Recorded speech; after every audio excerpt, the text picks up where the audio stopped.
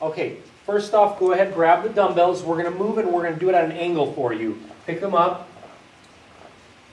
Shoulders back and down is the first thing you're going to do. Slightly bend your knees. Now, stick your butt out all the way and bend forward. I want that back to get nice and parallel to the floor.